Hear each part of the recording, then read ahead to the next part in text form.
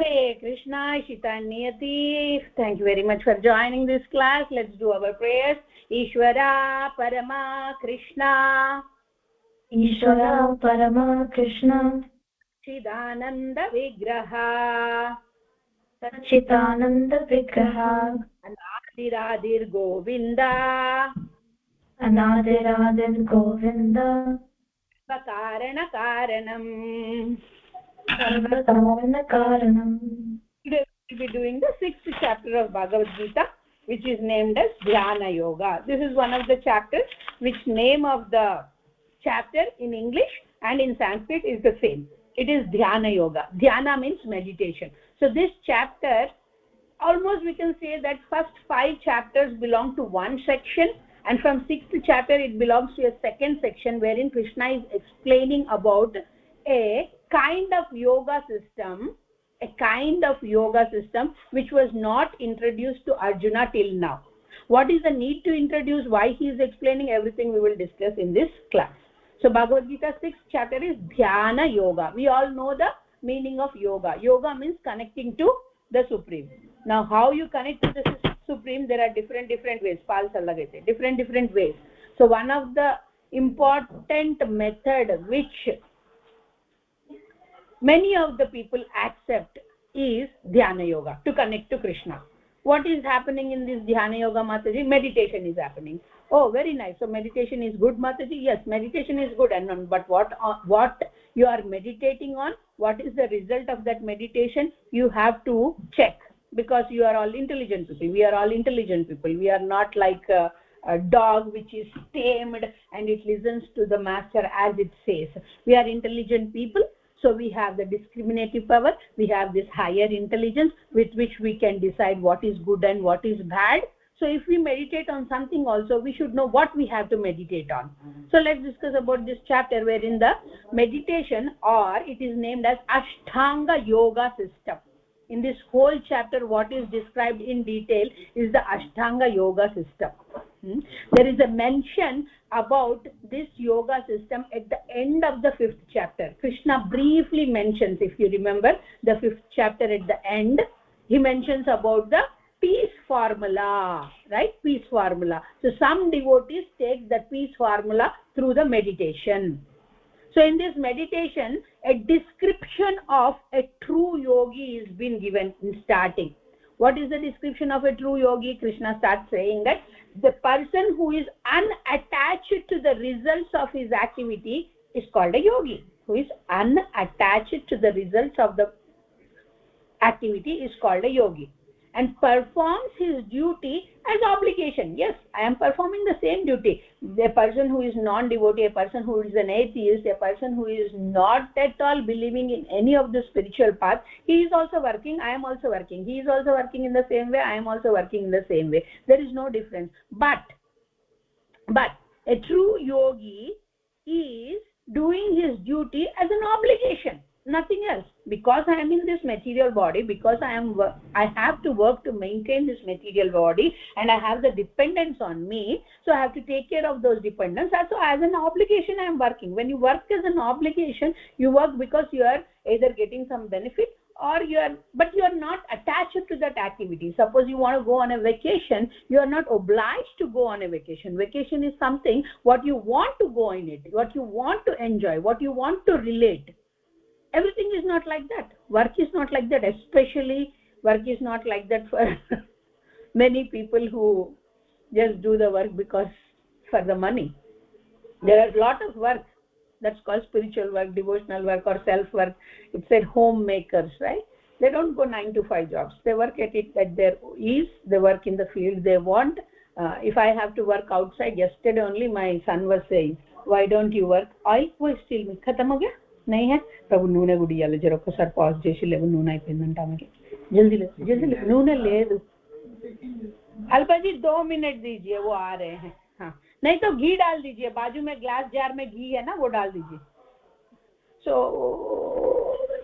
where am I? Like yesterday only my son was saying, why did you stop working? I did not stop working. I did not stop working since I am 7th grade. That's my knowledge. Before that also I might used to work, but so-called saying of working for the materialistic people. I'm working since 7th grade. I'm teaching since 7th grade, my 7th grade. So I'm working. Now also I'm working. You think I'm not working, but I homeschooled you. We homeschooled both of you kids. We gave you the knowledge. We gave you the intelligence. I cooked for you. I cleaned for you. I made all the arrangements for you to live a happy life. That is working. So work has definition according to their own interest. I was not obligated to work that way. I was working because I like to work that way. So it was my free will choice to take up that one. Right now also, if I go outside, minimum 60 to 70K. Not only going outside, sitting at home also, I can earn 50K. But I am dedicating this time towards, which is not even giving me 2K, 3K, 4K also, to the work what I like to do. Like my day is filled with 4 or 5 classes. My day is filled with devotional activity. My day is filled with... I'm not saying everybody has to accept it, but whoever can should accept it. What we need basically, roti, kapda, makan. Food, bread, food and bread is same. Food, clothing and shelter. If these 3 things are minimum wise, high thinking, simple living, high thinking. That's it. Our concept is we want to get out of this big loop of material world and go to a spiritual world where we need not put our head and brain to do anything else which we are not happy to do. Oh, I am happy to be a doctor, Mataji. Yeah, you are happy to be a doctor, but becoming doctor, whatever you are going to do, is not very happily doing. It's stressful. It's stressful. But Krishna consciousness is called Susukam Kartum Avyayam. Means devotional service is happily performed. Why that happiness is coming, Mataji? You are also busy 24 hours. We are also busy 24 hours. Why you are feeling happy and why you are not feeling happy? I am feeling happy because I have realized that that is my eternal nature. You are not feeling happy in doing this, or I am not feeling happy in doing whatever you are doing because I have realized that is not my eternal nature. You have still not yet. You means not only you, whoever is not able to perform their bhakti fully, they have not realized that it is their eternal nature. My nature is to enjoy. That is the material conception. My nature is to serve Krishna. That's the spiritual conception. Okay, coming back to our Dhyana Yoga. Mind is the central point of yoga practice. Forget about Dhyana Yoga. Any yoga you do, mind is the central point of yoga practice. Anything to connect to, you need mind. A person is brain dead or doesn't have mind, he cannot connect. Yoga means connection, and that connection is established only when the mind is... Did you ask me, Ayan, before starting the game? No, I'm just asking. Did you ask me? You always ask me, right? Then why you are taking for granted? Okay, 11:30.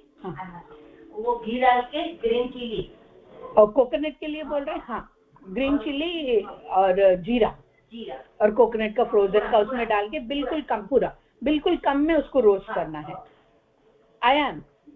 I'm counting the time. You can watch. I'm not saying no, but I'm counting the time. Okay, you have half an hour. Then I will remind you to stop playing game. I have a 8-year boy to take care of here, one of my family friends' son. I have the cleaning lady here. I have my husband here who is not listening to me in any way. But still I'm trying to focus here because I like this one. I could have skipped, but I like this one. So anyhow, mind is the center point of yoga practice. So Srila Prabhupada explains that the only way this particular Dhyana Yoga, volume Tattva Dhyana Yoga can be Dhyana Yoga is, what is the main thing needed is control of the mind. Without the control of the mind, you cannot meditate on anything. Now here for the Dhyana Yogis, the meditational object is Supreme Self or the soul or Paramatma or the energy of the Lord. But anybody to meditate on anything, we need the mind. But the mind has to be controlled and trained. That controlled and trained mind will not get attracted to the sense objects which will make us fall again into this material world. Got it? Sense organs, sense perception, sense objects. Here in between comes the mind, which is choosing these sense objects. To choose the proper sense object, you should have the proper intelligence. And that intelligence you will get from proper training through the sadhu, shastra and guru. If that mind and intelligence, or the intelligence which is training the mind, nune dechi anaku plus palu pandu offer, the intelligence which is training the mind, if it is not sharpened by sadhu, shastra and guru, then the mind acts like a monkey. Chanchalam hi manah Krishna, it will be flickering, it will be turbulent, it will be did I explain you about the monkey yesterday or day before yesterday? My spiritual master was explaining about this monkey mind. Mind is like a monkey, okay, and that too, that monkey is not ordinary monkey, the monkey which is always restless, and then that monkey is drunken on top of it. Our mind condition, it is being said, normal monkey already behaves monkey behavior, and if that monkey is given some drugs or some alcohol or something, it will do more. And this monkey which is chanchal, which is not very stable, this monkey which is drunken, addicted, and this monkey on top of all those things is possessed by a ghost, how it will act? Totally absurd. So the mind is like that if it is not trained properly. Mind has only two jobs, girls. One is accepting, one is rejecting. Depending on the place, time and circumstances, this mind accepts something that we will say that this is very nice, very nice, very nice, we can do, and that same mind rejects something that it will say it's not nice, I'm not going to do that. It is not a standard, Levu Prabhu, it is not a standard of what mind accepts and what mind rejects. There is no standard benchmark for that. Depends on each and everybody, individual's mentality. That's what mind is called, mentality, right? So if your mind is getting attracted towards ignorance, you will choose something, sense objects of those ignorance, and you will act accordingly. If your mind is choosing the goodness, you will act according to the goodness. But this choosing of the mind, how it chooses, either it is ignorance or passion or goodness, is only through proper intelligence, which should be guided properly. That's what we are doing here. You sitting there and listening, me sitting here and speaking. We are training our intelligence so that our mind can take us to the proper sense objects, and our activity is focused more on our eternal nature. And an intelligent person, girls, would give up all meager sense pleasures. That's tuchha. Tuchha means it's very, very meager, it's very, very insignificant.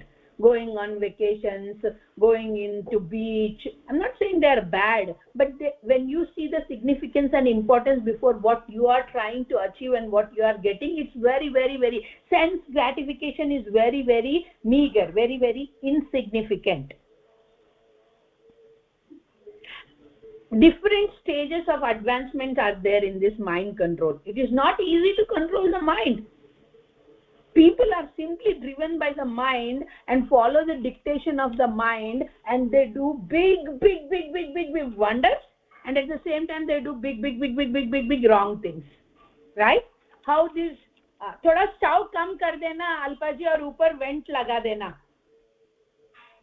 और कम stove पे coconut को करना है, ज्यादा stove पे करेंगे तो जल जाएगा, और ऊपर वेंट ऑन कर दो, पावर ऑन करके जरा ये वेंट ऑन जाए प्रभु, हम दिलवा दी, नहीं तो वो स्मेल आ रहा है. हाँ, सो हाँ मैं वेंट ऑन कर देना, thank you. So main thing is control of the mind. But how does that mind? There are, you see, right, you hear about lot of teenagers or the youth or the completely bewildered kids who go to the colleges and they do these shootouts. They just go and kill everybody in the college who are sitting and going for studying education. They go, they shoot out. In the house, they don't like the parents' behavior, so they shoot the parents, they shoot the grandparents, whole family, and get absconded somewhere. They go to the big public programs and they will target on mayor or president or vice president or somebody. They don't care about the consequences. They are just listening to the mind, which is not guided with proper intelligence. Very sad, very sad. There is no peace for that thing. Just getting information is not enough, girls. Getting information is getting knowledge. But what is that information doing? Unless it is, the theory is being applied to practical, you cannot do help. yourself and others. Just the knowledge won't be enough.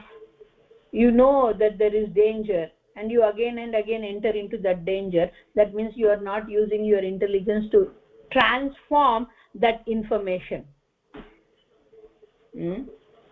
A self-realized person will not see anything different.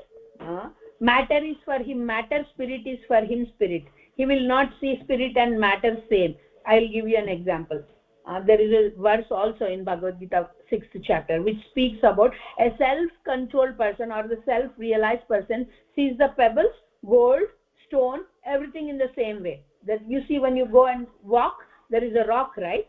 You won't have any value for the rock. Instead of rock, you see a gold coin. You will pick it up because for us, it is valuable. But for a self-realized person, everything is matter. Everything is this panchabhuta. I mean, rock may not be useful for his livelihood and gold can be useful for his livelihood, but for him, both are same. There is a story, a husband and wife, both are sadhakas. Sadhakas means practitioners of the spiritual path. Both are doing sincerely their practices, how to get into the spiritual path or how we have to lead a good devotee life and all those things. They are walking from one place to other place in the fields or in the dusty sand places somewhere. And husband is walking in the front and wife is walking in the back. When the husband is walking in the front, when he is walking, he is seeing a nice diamond piece, something shining like, and wife is walking in the back. The husband thinks that wife might see that and get attached to that, and he is covering that diamond with some sand with his leg like this, so that her eyes don't go on that and she is not getting attracted to that. But what does the wife see? She is laughing at her. She is laughing in herself. And after taking 2 steps, husband observes she laughing, and then he asks, "Why are you laughing?" And the wife replies that, "I'm laughing because you are still seeing the difference between the sand and the diamond." You understand? For her, there is no difference. She wouldn't have even seen and she wouldn't have even covered, because for her, the sand and the diamond is both same. But for the husband, still there is a distinction between the sand and the diamond. He is thinking that his wife would get attracted to it. He is covering. I mean, both are good in their own way. But wife is more advanced than the husband. She won't even see it, because if she sees also, she won't cover, because she knows that both are same for her. So what does it mean is, anything in the material world which we value size, this is less, this is more, this is middle, this is topmost, everything is a matter. Why are you covering dirt with dirt? That's what the wife says. The wife says that, why are you covering the dirt with the dirt? So she is seeing the diamond also as dirt and dirt also as dirt. Okay, see, my husband did not do anything since I'm telling 15 minutes, do this. Now he is something I'm telling, so he is adding to this point. This is called interest. This is called inclination. This is called what I like. Anyhow, we have to like even the work also. Okay, one must deliver himself with the help of this mind, girls. The mind can degrade one, and the mind can take one to the supreme destination also. The mind can be a best friend, and the mind can be worst enemy also. Verse number 5 in the 6th chapter speaks about how the mind can be a good friend and how the mind can be a worst enemy. For one who has conquered this mind is the best friend. But one who is failed to conquer or gets conquered by the mind, for him mind is the enemy. Mataji, where is the picture of this mind? Why did Krishna put mind first of all? Mind Krishna did not put. Mind is again material. Mind has to do nothing with the spiritual. The spiritual is only the soul. Mind is an aggregation or a summum bonum of all our thoughts, all our inclinations towards. We want that. That's what is happening. We are seeing, suppose, something which is bad continuously in movies, continuously in media, because that's our demand. So the supply is there. Not maybe yours or subtle level yours also, but overall there is a demand for that thing. That's the reason supply is going good and good. Or else he will close the shop, right? Who will sell it if there is no demand? If it is going good, that means there is a demand for that, may it be good or bad. So the yogi should always engage his mind body and self in realizing the topmost supreme. That's it. There should not be any feeling of possessiveness. We act, we become victims of the circumstances and act. But if the intelligence is proper, we will become like a sadhu. Yesterday we were listening to the verse, right, about the sadhu, one who sees everything with an equal vision. Brahmana, cow, dog eater, everybody. To come to that stage means you have to sharpen your intelligence with the pure knowledge which explains us what is matter and what is spirit. Now let's talk about this. How does this yogi do his practices? Why Krishna emphasizes on this yogic practices to Arjuna, saying that Arjuna, this will not befit you, this will not suit you. You are saying that you will stop war and go into the forest. You cannot do all these things like a yogi. Yes, dhyana yoga can take us towards the stage of controlling the senses, controlling the body, and then you have to curtail that body, mind and senses towards Krishna. That first preliminaries can be accepted as yoga. But how one has to do that yoga? One has to go to a secluded place wherein people are not there. We are social beings, we are social animals, to say. We need lot of people around us. We cannot live alone. If somebody is living alone, that means he's mad. There is some problem with his mind. We need people to interact, to love, to express, to talk, to hear. We need people around us. So going to the secluded places in Kali Yuga, not possible. You have to find some kusha grass. That grass is very, very special grass on which if you sit, there won't be any bugs, or there won't be, scientifically speaking, it might have some spiritual value also, but kusha grass is a grass kind of Ayurvedic or whatever you call herbal grass system, wherein there won't mosquitoes or ants or bugs won't come around you. So you have to find kusha grass. And you can't directly sit on the kusha grass because it will be sticking to your bottom. So what you have to do is you have to put a soft cloth on it, so that we can nicely sleep on it. No, so that we can meditate nicely. So that soft cloth has to be kept. And then the seat should not be too high or too low. It should be in a medium level. That secluded place, what you choose, should be a sacred place also. Not going to the desert and sitting. You cannot go in the desert, and it should be very environmental friendly to you. There should be trees, there should be water running, there should be some birds chirping, like that. Not humans, but nature should be close. So that should be a sacred place even. And then the sitting position should be very firm. Not like I'm sleeping, I'm sitting, I'm listening. Not like that. Sitting position should be firm for the yogis. Practicing yoga is, the purpose should be to purify the heart. It's not that you should feel that I'm doing some uddharana karikramam, I'm going to give something to this whole world. That makes us creep in pride. I take nothing when compared to the elevated souls who dedicate their life towards Krishna consciousness. I do my best, but I should not feel that I'm doing it for others. I'm doing it for myself, my own purification. That should be the mood of the yogi when he is trying to meditate, that I am doing this for my own purification. I have come into this abominable material world with my choice, and I am regretting for my choice, and I am trying to focus on connecting back to my original nature. Ardhamautunda? Is it okay? Am I too fast? No. Okay. So one should hold one's body, neck, head in the straight line. This is not bhakti yoga, girls. I'm not teaching you to do yoga. Krishna is not teaching Arjuna to do yoga. Krishna is explaining about the dhyana yoga or meditational yoga system. Even though you concentrate on the self or the Paramatma or the energy, is very, very, very, very difficult process. That's why Krishna is telling to Arjuna, because Arjuna said, I will go in the forest and beg. He said that according to your nature, you won't beg in the forest. You will go and ask for alms, and if you don't get alms, you will fight with them. That is your nature. So try to do the activity according to your nature. Do the activity which suits you, not, though it is difficult, you do the activity which suits your nature. Don't do the activity which seemingly is very easy for you, but it is not your nature, because it's not good for you.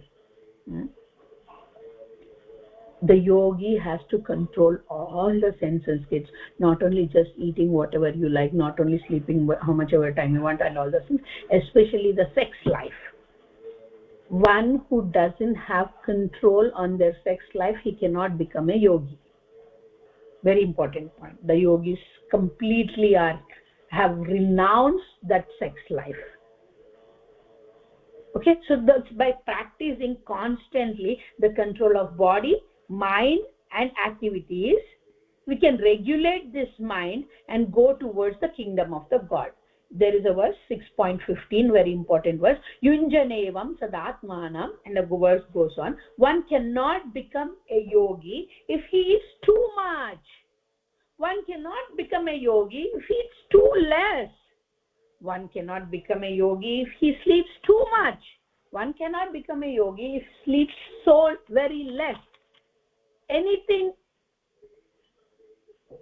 more than what we have to do or less what we do than needed is not good. One has to sacrifice, one has to have a regulated life, but that doesn't mean that you try to take the austerities which will make your mind again deviate from the original path. Yuktahara viharasya, beautiful verse 6.16. It explains about who is regulated in habits of eating, sleeping and recreation and work. These four things are like four pillars for us kids. To build a layout, you need four pillars, unless you are making a pyramid triangle. Generally it needs four pillars. These four pillars here are our pillars are eating, what you eat should be regulated. Sleeping, how much you should sleep is regulated. Recreation, what are the methods of your recreation, where you are feeling happiness. Your mom's recreation method now, other than gaining the spiritual knowledge, is spiritual path. Her recreation is not going and enjoying in the park or sitting in the beach or enjoying the tanning and all those things. No, her recreation, her mode of recreation or getting relaxed or feeling happy is spiritual path. Like that, what you are choosing for your recreation is important. And what kind of work you are doing also demands your time. These all work should be done, or these all four processes have to be done to mitigate the material pains, not to increase our material pains.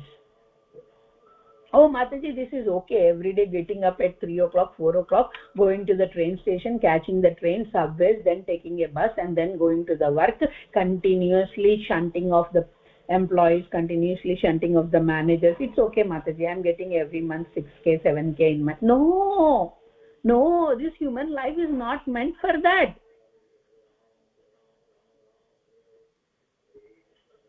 There is something called transcendence. There is something above these three modes of material nature. We have to get to that stage. Srila Prabhupada writes in the purport of verse number 17 in this 6th chapter that we need not do all these practices. When you become a devotee of Krishna, when you are in Krishna consciousness, this perfectional stage comes to you automatically.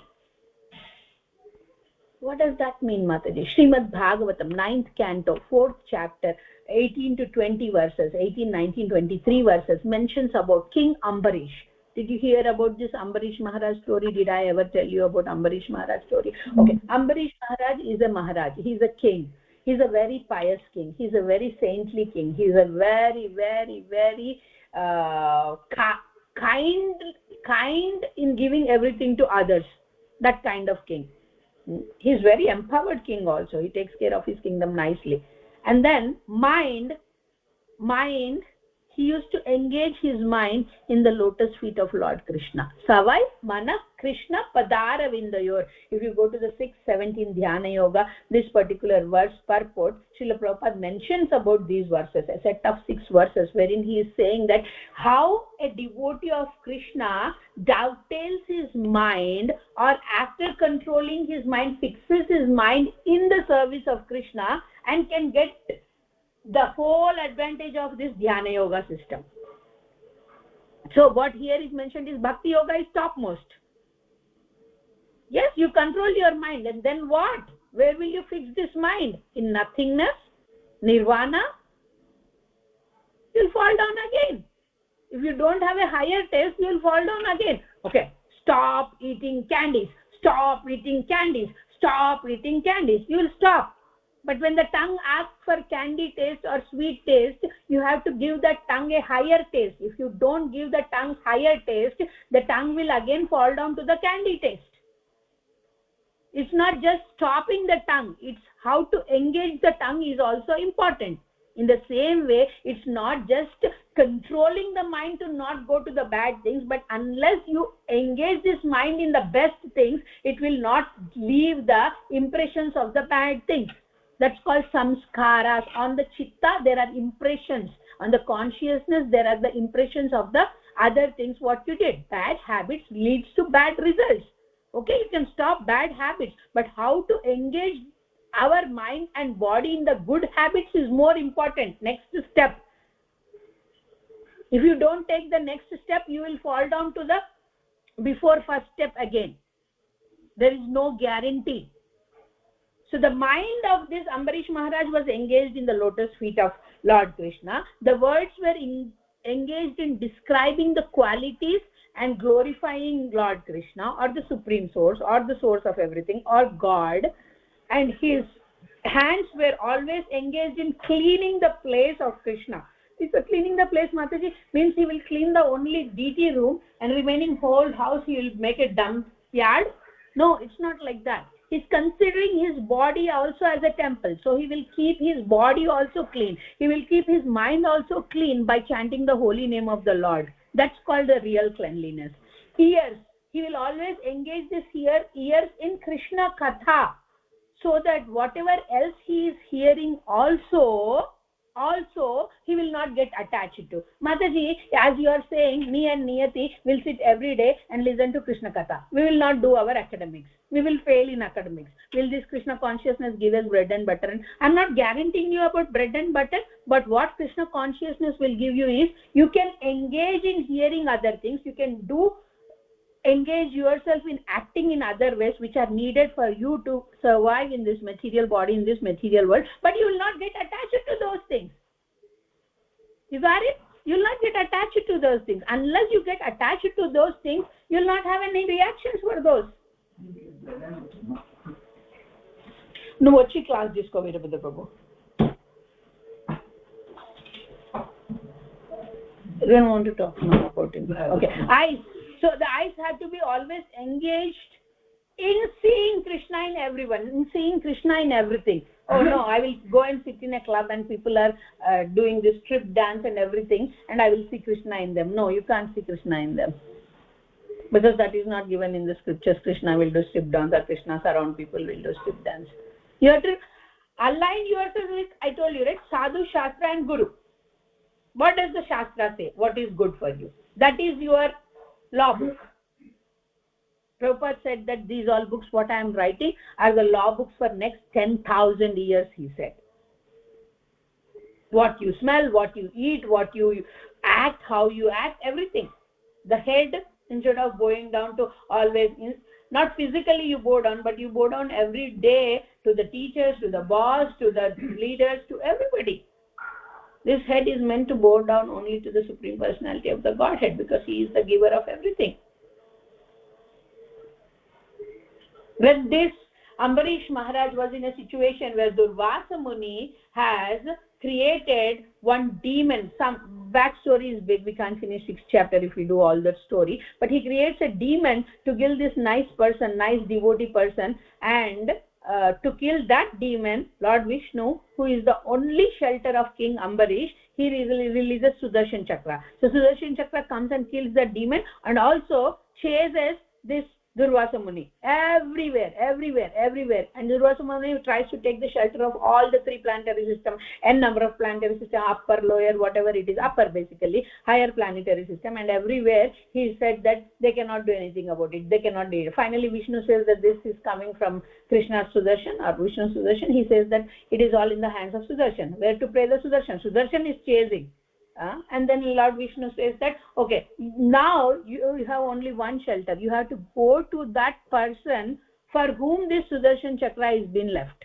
So he goes back to the Ambarish Maharaj, and he prays to Ambarish Maharaj. Ambarish Maharaj, please save me. I have done this wrong thing.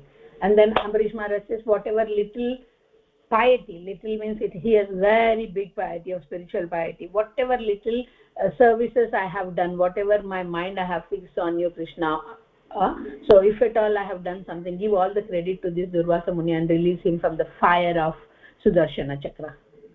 So kind, so giving nature. How this transcendental person is, let me explain you kids, how a person who is controlled with his mind act.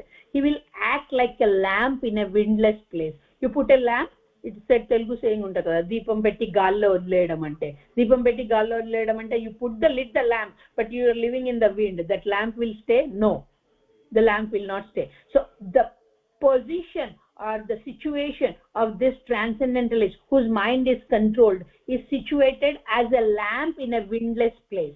It is unwavering, it is steady. He is steadily meditating on the self. That stage is called perfection or trance or samadhi. Mind is completely restrained from the material activities. And how did it happen? By the practice of yoga. Boundless transcendental happiness. One can never be shaken during the greatest to greatest difficulties, triggering situations, difficulties, miseries, problems. In these times, where is your shelter going? How steady you are? That is more important. That says how controlled person you are. Situations you can react and respond also. Most of the times people react according to the help of their mind. But we should not react. We have to respond, we have to pause, we have to take some time, we have to think and then respond to that. The fixing of the mind is a very, very gradual process, kids. It's not like tonight I told you the Dhyana Yoga class, tomorrow morning you will be able to fix your mind. No, it's a gradual process, gradual practice of training this intelligence and the intelligence guiding the mind. Yato nischalati, 6.26 verse says, from wherever this mind wanders, you have to make a conscious endeavor. Because of its flickering nature, because of its unsteady nature, it will go here and there. But you have to withdraw it back under your control. We explained about the Simba story, right? How the turtle or it takes back its senses. It is not needed, oh senses, you shut your mouth. And one of the topmost sense is the mind. You have to control the mind like that. You are not needed here. You are parked. That's it. You are in the parking space. I will attend to you because you are needed for me to go from one place to other place. But right now you are not needed. You stay here. Krishna says, for that person who sees me in everything and everything in me, he is never lost to me or I am never lost to him. So he has to, हो गया तो वो थोड़ा coconut ठंडा हुआ तो थोड़ा ठंडा हो गया तो ग्राइंड करना है उसको, और ग्रीन चिली और जीरा और कोकोनट के साथ ग्राइंड कर देना. Devotee who fixes his mind upon the form of the Lord, he will get the higher taste to nourish. If he is not fixed with some higher taste, he is going here and there. Brahma Samhita, there is a beautiful verse. Premanjana churita bhakti vilochanena santas sadaiva hrudayeshu vilokayanti yam shama sundaram achintya gunaswarupam govindamadi purusham tamaham bhajami. Lord Brahma is saying, I worship the Supreme Lord Govinda, who is always seen by the devotees whose eyes are anointed with the pulp of love. If your eyes are anointed with the pulp of lust, then you cannot see Krishna. And if your eyes are anointed with the pulp of love of Krishna, you can see Krishna in everybody and everything. Okay, I see Krishna in this whatever it is, bad things, so I'm going to... No, you don't take the association there. You see Krishna, of course you see Krishna, but it doesn't mean that you have to take the association of their consciousness, which is not Krishna conscious. You got it? It's a deep one. You see Krishna in everything. You hate the sin, but not the sinner. You hate the sin, but not the sinner. Arjuna says, okay, chanchalam hi manah Krishna pramati bhalavad dridham tasyaham nigraham maye vayuriva. Sudarshan, he says that it is very easy for me to, it's not very difficult to control the speed of the wind, but it is impossible to control this mind. Krishna, please tell me how I can do that, because I know you are the only right person who can tell me how I can do this. So I am surrendering to you and asking, how can I control this mind? My mind is not listening to me. You have given me already 5 chapters of Bhagavad Gita, 20 minutes of class, but still my mind is saying that I should not kill them. How can I regulate this mind? How can I control this mind? Rishika, I'm a grinder. Yes, you etla chapavaja. Koncham coconut ni coconut తీసుకొని grind చేయి కొంచెము. ఆమె ఏంచింది fridge లో పెట్టింది, కొంచెం normal heat కి వస్తే coconut పచ్చడికి ఫ్రై చేసింది ఉంది, గ్రైండ్ చేయి.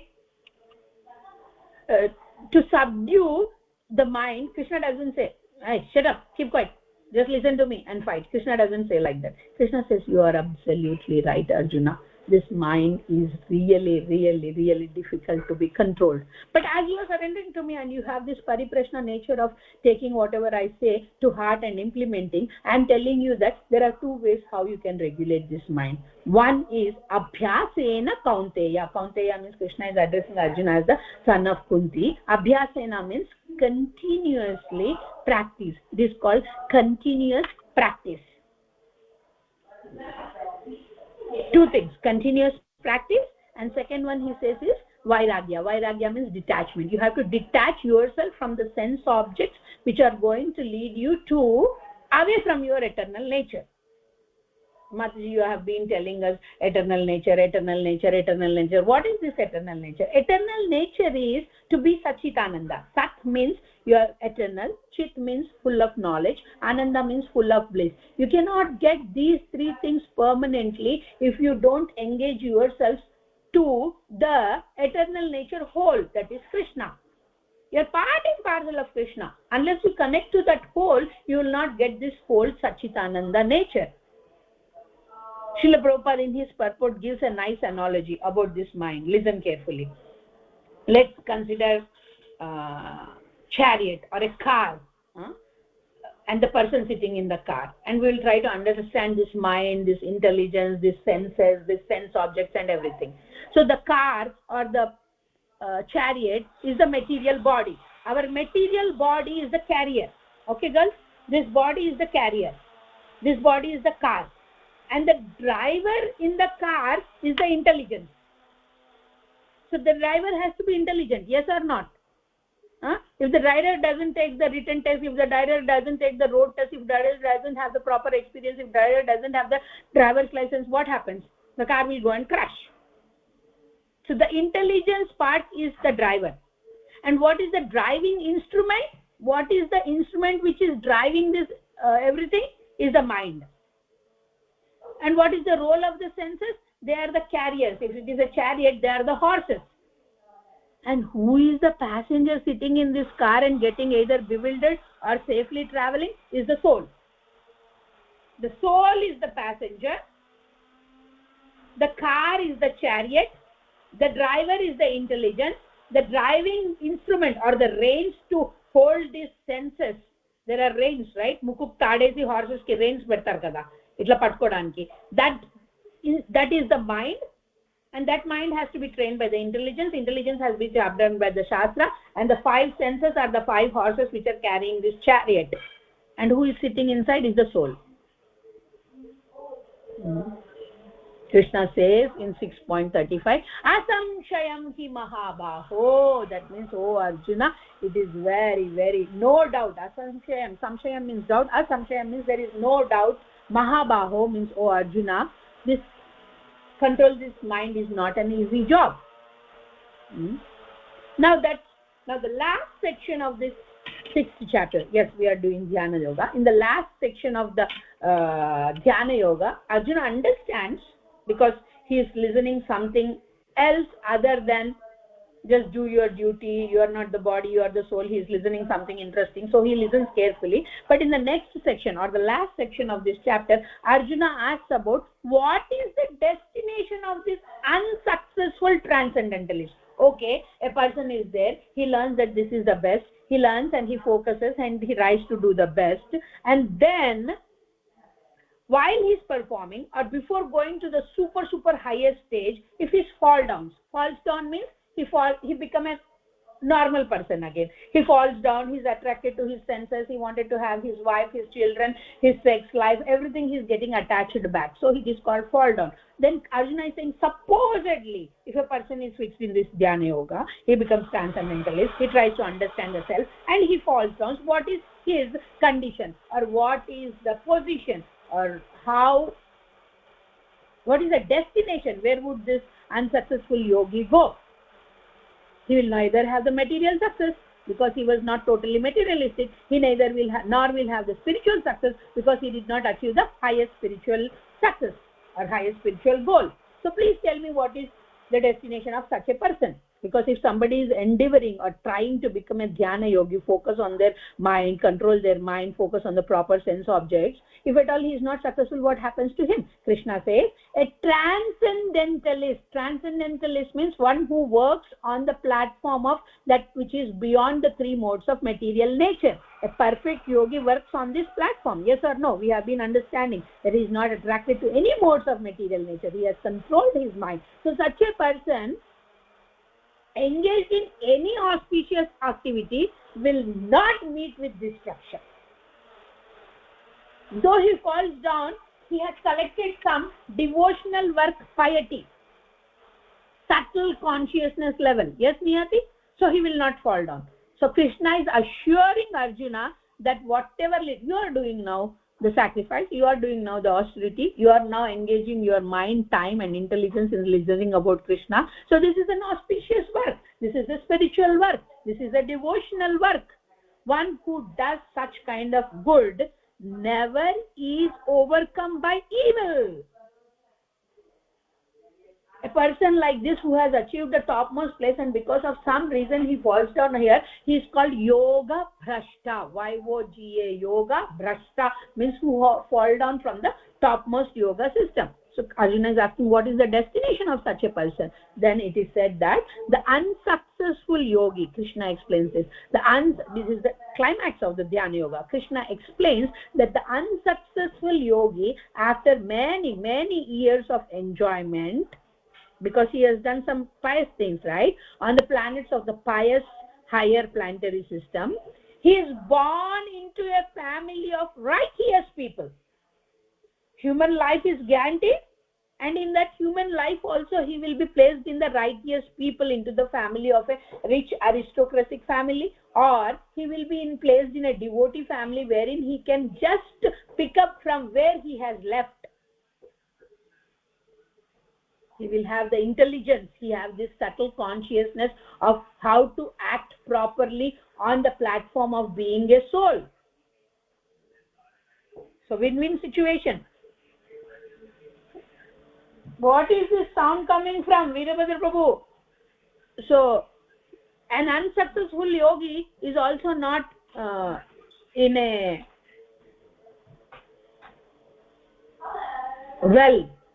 dungeon.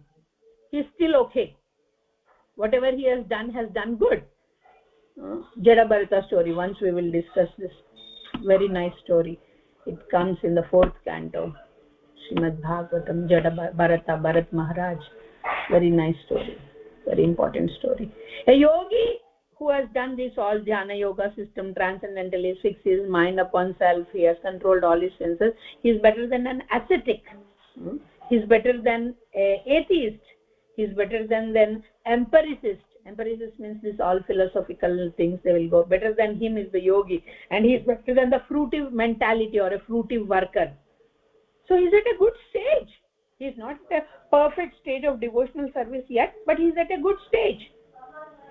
The last verse of this chapter, 6.47, speaks about, of all the yogis, who different system, one who is having great faith, one who abides in me. Krishna says in me.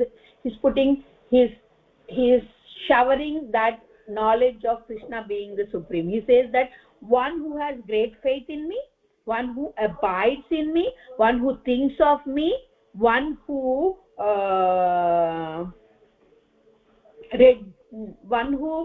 completely surrenders unto me, that yogi is the highest person. Okay, he's coming to Krishna.